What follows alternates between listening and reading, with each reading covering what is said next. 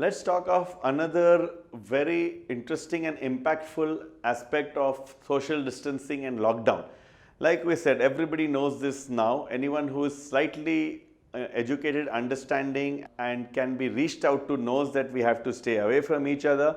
And if somebody declares a lockdown, if a prime minister of a country locks down the largest population ever done in the history of mankind, 1.25 billion, we know this is serious stuff.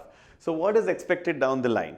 Expected down the line is that if we get away with this and the incidence of COVID-19 comes down, then we are in a position to at least say, okay, this is now controllable. We know now more about it. We also know that we have more preparation for it. So for the common person, they're educated, they're going to follow it. They will now even do it when they are released into their own worlds, and a higher level of preparation is put into place when we try to resume a normal life. The second thing is basically we are able to say that the disease is now better known to us, that the actual hit of the disease is not as bad. A current publication in a major journal tells us it's 0.6% death, which means that if you test extensively, then only 0.6% will be the ones who get hit in a bad way. If you test low, then the number looks higher, but if you test extensively, then it's much more apparent, and this gives us a feeling of comfort.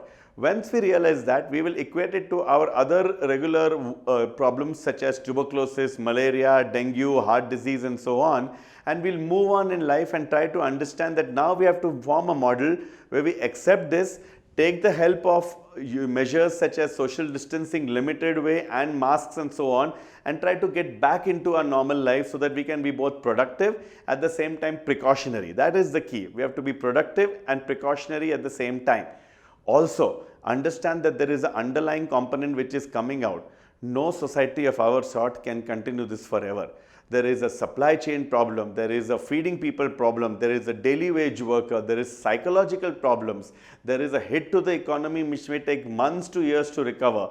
So many issues are there. So the cost of prevention by social distancing cannot be more than the cost of basically trying to do this. So we cannot have a situation where we do this to prevent corona, but ultimately the hit taken on people's lives because of hunger, starvation, economy and all will be bad. So this is something which the policy makers and society will have to weigh very carefully in the next 2 weeks. What is the situation? We know that it will not open up completely, but can it open up in part? Do we need to extend it? But there will be an end point. So I think we'll enter what's called a basically corona comfort and corona coexistence level, where knowledge will give us the understanding that yes, we can go outside, try and resume our lives and still face this. This is what we see happening in the future. There are other benchmarks, 1 month, 3 months, 6 months down the line. What do we see completely down the line? Corona is here to stay in some part or the other. As I said before, between understanding, human understanding time, we will get better at understanding it, our fear will come down, we will weigh it against similar problems we have, we will have the energy to face all this. Both medical science and society will also help us. People will be rising to the occasion, and we will actually move on with our lives in a way which will be similar to before. Let there be no ambiguity. This is going to be a corona coexistence situation, but let us also understand that this is going to be much better than ever before, than seen right now. There is a silver lining coming at the end of this cloud of corona.